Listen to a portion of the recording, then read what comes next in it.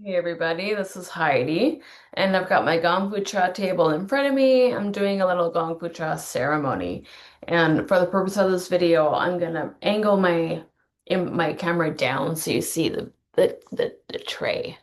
This is my little Gongpucha tray. I've gotten a bigger one. So this is bigger than the ones you saw in the previous videos. This is my 3 or 4 person tray, which I actually use for everything now. And what I wanted to talk about is something that I do for myself personally when I'm doing Gongpucha. Is that I, so say I'm steeping, so I'll say I'm gonna steep, and then you always scrape off the tea scum and pour it over. You want to feed your spirits. And some other things that I do is that, I have a tea pet, which people can use for fun. They can also use it for spirits. And every time you make a new pour, you want to pour water over your teapot to feed the spirits or just for fun. Some people use your teapots a lot more than others. I use my teapot a lot, which is why I upped to this bigger tea tray because that way it can fill more water. And you don't need to have this, but this here to the side here, this is a sieve and a little holder, and this is called a fairness cup. Because normally you're taking your tea and you're going back and forth between you and your person that you're pouring tea with. And this way you put your sieve on top of like your sieve gets held here, and then you put it on your fairness cup. You can just put your teapot right in there, and then it will take all of the tea out, and then every last drop will go in there too. And that's why it's called the fairness cup, because the last drops are the best drops of tea. They're the most flavorful, they're the most rich, and so you want those drops to be equally distributed between you and your guest. So that's one thing I've definitely started using as a fairness cup. It's also really handy because what got me using the fairness cup was actually the tea leaves because after a while I didn't like drinking the tea leaves, and so I wanted to use a sieve. And in order to use a sieve, you have to have a fairness cup.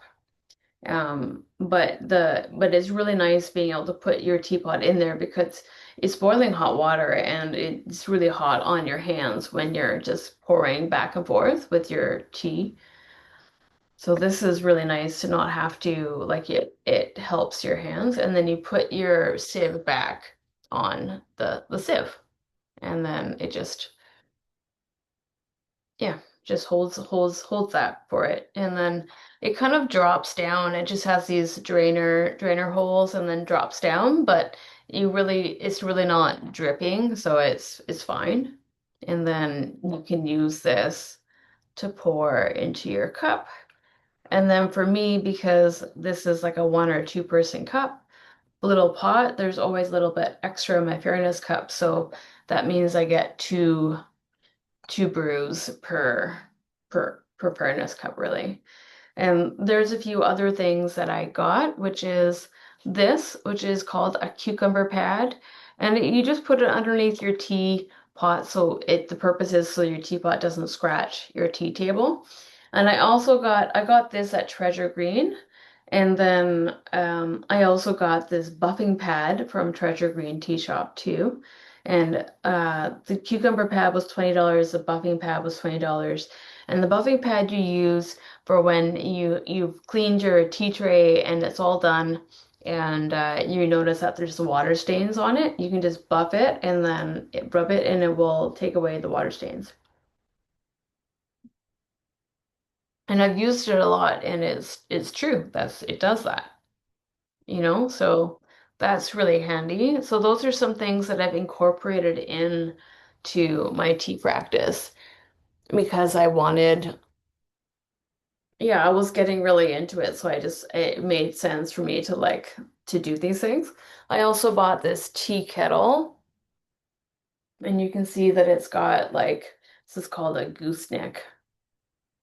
There we go. You can see the gooseneck. So it's really easy to control the tea. So if I'm pouring tea into my teapot, I could just like really easily pour my tea.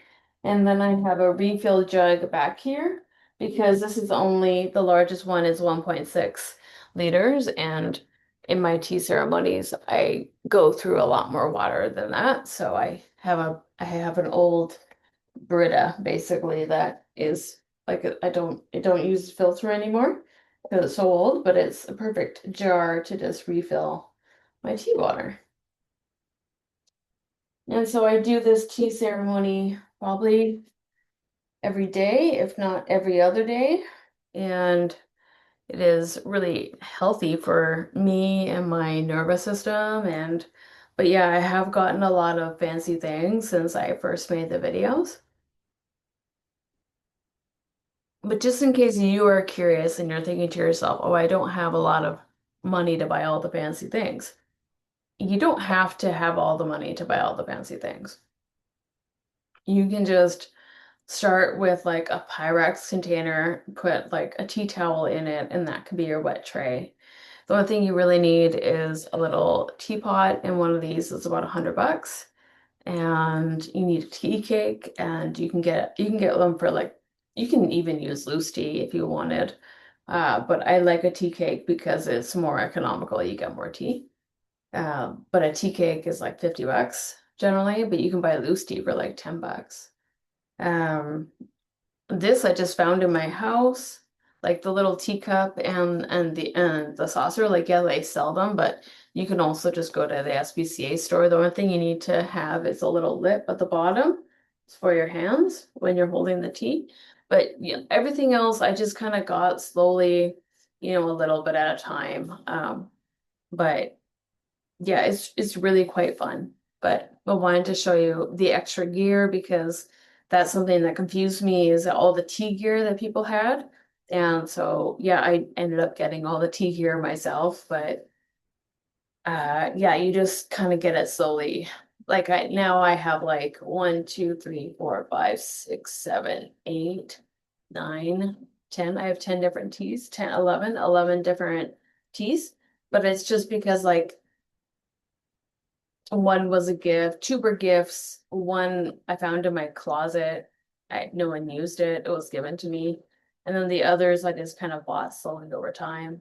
So, and that was also my goal because I like having a bunch of different flavors. So, and they don't go bad. You can use them forever. So they're a good investment that way. But that is how I did it. I also, one thing that most people don't talk about, but I always get a runny nose in tea ceremony, so I always have a Kleenex box to the side. And I've shown you this already, but the tea knife is really important for breaking open the tea cakes. So this is something you need right at the beginning if you're using tea cakes, and this one was $30. So you can get started for like under $200 for this whole thing. I guess it doesn't have to be fancy, but it everything that you buy kind of lasts for the rest of your life. So like it's kind of an investment. But yeah, that's that's the fancy gear that I got for my tea ceremony times, and it's made my tea ceremonies a lot more enjoyable. I find it really nice. Um, and yeah, okay. So I will end this video. If you have any questions about any of the tea gear, where I got my fairness cup and my sieve, my teapot, my teapot, and my tea tray. So I think I've shown you the tea tray already. This is where you put your tea cake on and then you carve open your your your tea, and then it's got a little spout here that you can pour it into your teapot with. I got this all at uh and my tea knife. I got that all at the Chinese tea shop in Vancouver. I got my first tea tray at the Chinese tea shop, and I wanted to get my second tray from the Chinese tea hut too, but they were closed. So I got this tea tray, um, and I got my larger teapot from and some tea cakes I got at Treasure Green, which is also in Vancouver.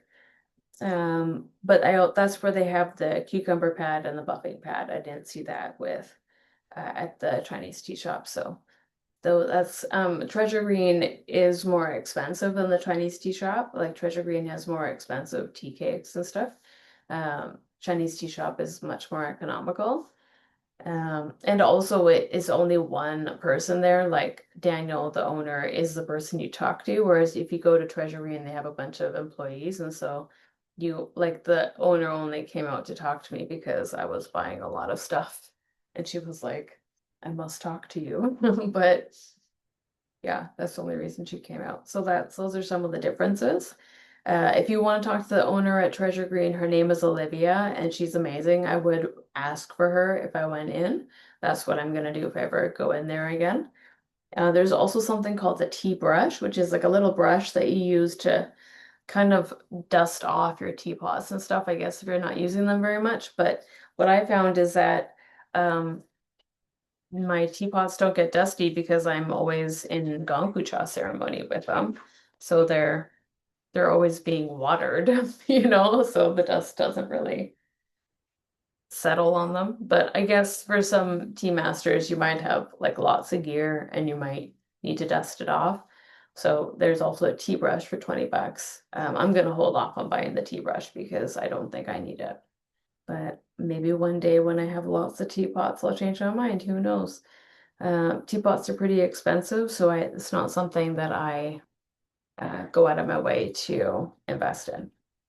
So I only do it when I have to, and I'm good for now. But there is actually one more level of wet tray, which I want to eventually get to. And this is if you are having a permanent tea ceremony spot in your home. So you'd need to have like, you have to sit in a chair, and then you would have a little table and you would put this massive tea tray on it. It's like about this much. I bet you it's like 700 bucks. And there's a little hole in the corner that you put a tube on, and then the tube just it's like a hose and it just goes into a bucket. And that way, if you're having tea ceremony every day, you don't have to drain your wet tray every day because it's actually quite a pain in the butt. So it just goes into the hose, and then you still have to wash your tea ceremony stuff. You still have to like wash the top of the tea tray that comes off. So maybe I'll show you how that works. So here is a tea tray. I'm just going to move. You would normally keep everything on your tea tray at all times, but just for the purposes. So the top of the tea tray comes off and you would have to wash it because as you can see, there's like tea grains and stuff on it, but it's got the water underneath. And so like you would still have to take off the top of the tea tray to like wash it down. But the benefit of having that big tea tray with a hole is that this water would just go into a bucket, and then the bucket would, I'm just gonna drain this because I have a new one in here. Um, but the bucket would fill up with the tea water. So that's my long-term plan because I'm moving into a new space and hopefully I'll be able to set up like a tea ceremony area, just get like a nice little table and then get that set up there. That would be my dream. Don't know if I have the space for it. It really does take like commitment to having space, but like carrying the wet tray upstairs and draining the water out, like it is a pain in the butt, and it would be a lot easier just to take like just the top of the tea tray, wash that off, and then yeah, because the biggest pain in the butt for tea ceremony is like washing everything after every tea ceremony. That's actually the biggest pain. So that's something you can level up to. Um, and then if you're TDJing like Adrian or Luke, for large events, you would bring that table as well. And then that table would be there, and then you could just TGJ all night and not have to worry about emptying your tea tray because that's another thing. If you're doing gongpucha for like larger groups, then you need a larger table, basically. Oh, that's such a good tea. It's so nice at this brew. And then if you go to visit Daniel at the tea shop, you'll see he's got like a massive wet table. It's probably like 5 or 6 feet long and like 4 foot deep. It's huge. And it's because he does Gong Fu Cha all day long, and he'll do Gong Fu Cha tours with different tea tours. So he can sit like 6 or 7 people around his table, and they can just like sit and just, have like it's really nice. And then he's got a huge water barrel to the side, so he can just always like refill his water bottle. And if you are serving for larger groups, you do have to have like more water than I've got. You need to have a big water thing and need to have lots of teacups and saucers ready to like just hand out because of course if someone leaves then you can't reuse that cup. You have to give a fresh cup. And so that's kind of like my future, I guess. But I want to just start with having a permanent tea section in my new place. Um, Yeah, that's my ideal. And then I would just keep this stuff here to do tea with like tarot times with Heidi clients. So I want to do a psychic reading and have a tea ceremony at the same time. But I would have that permanent tea set up in my place. That's the dream. So yeah, you can really level up and get fancy with this. You can spend a lot of money on tea, but it's also like a total investment. Uh, to invest in tea is a total investment. And when I learned about all the health benefits and the spiritual benefits from it, like about the insula and all the benefits of getting tea drunk, like I really started like it made me feel a little bit better about tea ceremony in general because I felt like a little bit guilty for having this new hobby and spending this money. And then I was talking to a friend, and she's like, "Yeah, I was listening to this like podcast or a video about these two friends, and they're like 100 years old. They're both like they're centenarians, and they were sharing their wisdom. And one thing they were like, you need to have a hobby. And for me, like my art became professional, tarot became professional, like all like fashion became professional, like all these areas of my life became professional, and like I will never ever make the money." That I've invested in tea back. Like I will never because it's just so much money, so much money. Like to buy tea cakes and I mean you can do it on the cheap, but I've been like trying to like I've wanted to like buy this bigger tea tray, which was like $250. It was $100 for a 1 to 2 person tea tray, which is totally fine if you're not watering your tea pad as much as I am. But for me, it was like a spiritual experience, watering my tea pet. Like it was part of my ritual practice. So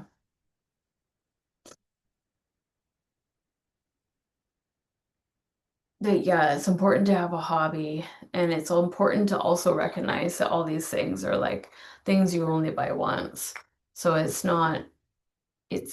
less indulgent than you think. The only indulgent part is really the tea cakes because you use them and then they're gone. But all the gear, the only thing that will, I mean, eventually teacups will break, eventually fairness pitchers will break, like if you drop them, for example.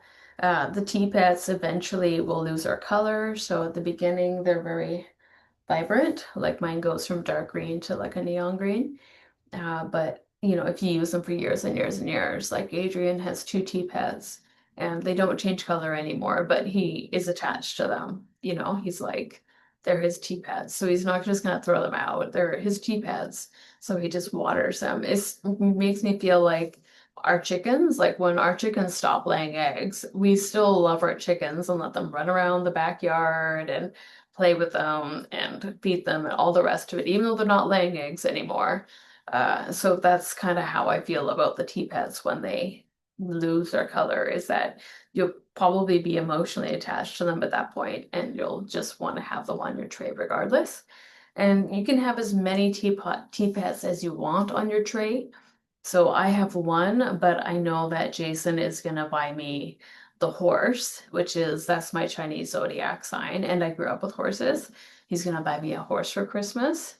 because the Chinese tea shop has all the Chinese zodiac signs. And that's why I got the rooster. I'm not the year of the rooster, but I have chickens. So it was like, do I get the chicken or do I get the horse? But like, really, I wanted both. But Jason's buying me the horse, and soon I will have two tea pets. And you could realistically get as many tea pets as you want. The only thing is how big is your tea tray? Because they take up space on your tea tray. That's kind of, but you could have a bunch of different tea pets and then pick which one's got to be on your tea tray every day. That is also tea pet. That's also a situation that you could get yourself into. All right. So it's kind of like you could use it kind of like choosing a tea cake, which tea pet am I going to use? Which tea cake am I going to use? Sometimes I do mix my tea cakes. Like there's a tea cake I have that is pretty bitter. And so I mix it with some of my younger, more raw pu'er teas that are really bold and earthy in flavor. And they're kind of like too bold and earthy. So I mix them together and they make a really nice mix. So like that's obviously not traditional, but it is something that I've done. Also, when you're using this tea tray, sometimes like this is enough for another tea ceremony, but sometimes you'll end up with like just like a little bit like that, like just a tiny bit. And then you'll have to cut more tea with the tea knife from your tea cake. And then you end up with a mixed tea. And that's at the beginning, I was kind of like, I can't do that. But now I'm totally fine with it and I accept it as part of the tea ceremony. So, and it's part of impermanence, part of learning impermanence as one of the lessons that you learn through tea ceremony. Oh wow, this tea, like the brew when you first brew it is so dark, and then it just gets to this really beautiful, like mellow, rich bodied. It's nice. So yeah, it's from the province of Yunnan Pu'er tea. It looks like this if you go to the Chinese tea shop. It's from 2006. Yeah, 2006. So it's like 19 years old, but it's like a really nice full-bodied earthy tea. Yeah, very nice. And I'm always amazed how like I love earthy teas. And every time I go in and I'm like, I want an earthy tea, and Daniel's like, well, you have this one and this one and this one. So maybe you can try this one if you want an earthy smoky one, or if you want an earthy woody one, and there's so many different kinds of teas, even though like I really like earthy teas and haven't really w- ventured out into like the woody or the camphor teas. Really, I really should. That's my goal, to get some woody and camphor teas in there. Maybe a smoky. I love smoky teas. There's also chocolate teas or fruity teas. I haven't done any of them. So, but I'm amazed that even though I'm like I just like the earthy teas, that there's so many different kinds of earthy teas that I never run out of options. There's just so many different flavors out there. So yeah, it's really interesting. And then each cake has that range from like strong to mild. And there's some people that only do tea ceremonies for like an hour, when the tea kind of has its flavor. But I like to do tea ceremonies for like an hour and a half to 2 hours because I want that tea to be like almost like water when I finish. I want the full spectrum of that tea experience. And I also really like getting tea drunk. So like I kind of rely on it like caffeine, so I do want that full expression of tea. Even though you probably mostly get tea drunk anyway, if you're not getting very tea drunk if the tea is very weak. But like for me, it's like a spiritual practice of like doing all of it, and it's kind of transferred over to the gym because what I do at the gym is that I do something called like triangle, like dropping down. So my first set is always like really hard and I can't do a full range of motion, but I can do most of it. And it's really pushing my boundaries. And then I drop down and then I can do like a decent range of motion. And then I drop down and I can do like the third set is like pretty much a full range of motion. And then I have now included a fourth set, which normally I only do three, but only do 4 or 5 sets if I really want to challenge myself. But now the fourth set is like dropping down even more and doing like an extreme range of motion. And it really feels to me like tea ceremony where it's like bold at the beginning and then it's less at the end and you're just like experiencing like an easy range of motion, but you're doing like the absolute peak range. Like you're like if I'm doing I forget what it's called, like skull crushers, where you take here's a bar and I'm laying down on an incline bench and I take it up and then I bring my arms down like this. And then if I want to do extreme range, I would bring it down even further so it's touching my forehead. That's where the name skull crushers is from, and then all the way up. So that's what I try to do in my fourth or sometimes my fifth set if I feel energized. But like it's funny how tea ceremony will kind of get into other areas of your life. Like I've always I mean, I've done 4 or 5 sets to the gym for a while and I've done it before, but now it's taking on a different meaning. Like I get more out of doing those more extreme versions just because like I'm more willing to like squeeze a lemon. So that's something I'm really seeing in my life too, is like, yeah, like not to exhaustion or depletion, but just to enjoy the full spectrum of something. All right, so that is all the gear that I've got in tea ceremony, specifically in Gong Pucha. Cha Dao, I didn't really, you can get better gear. You can pay a lot more money for bowls. You can get fancier teapots, but like it doesn't really change. You can get fancier altar things.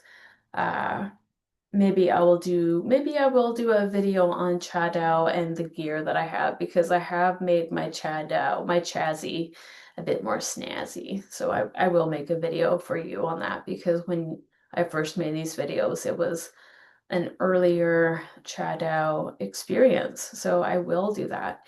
Anyway, this is me signing off on the Gong Pucha gear. And if you have any questions about any of the gear that I'm using, please send me an email. So tarottimeswithheidi@gmail is the email. The video series is like tea ceremony, and then the video that you just watched was Gangpucha gear. And then yeah, and then I'll talk to you more about your Gangpucha gear, maybe what you need, what you don't need. Some people really like I used a bare bones Gangpucha setup for so I think I started in May. Like at least 6 months of doing it every other day, at least 3 times a week, 4 times a week, sometimes 6 times a week. Uh, yeah, maybe, yeah, like 6 months before I like got all this stuff, but I kind of aggressively leveled up because I got really into this. So I have all my gear now. But yeah, my sights are set on that permanent tea ceremony set up in my home, which one day you might see me having. But if you go to see Daniel at the Chinese tea shop, you'll see his. Um, I'm not going to get a table as big as his, but it's the same idea with like the hole in the corner with the tube in the bucket, and then you just drain your bucket, use it to water all your plants, whatever you want to do with it. And then it makes your tea ceremony cleanup easier. If you're doing it every day, it makes it easier. So yeah, so that's me. Anyway, so that's it. If you have any questions, you know how to get at me. If I've sent you a booking link already, just use that. And I hope you have a fantastic day. One more teacup. Oh, it's getting milder, but it's still so nice and full-bodied. I love this tea. This tea has like such a lasting power. Okay, take care. Bye, everyone.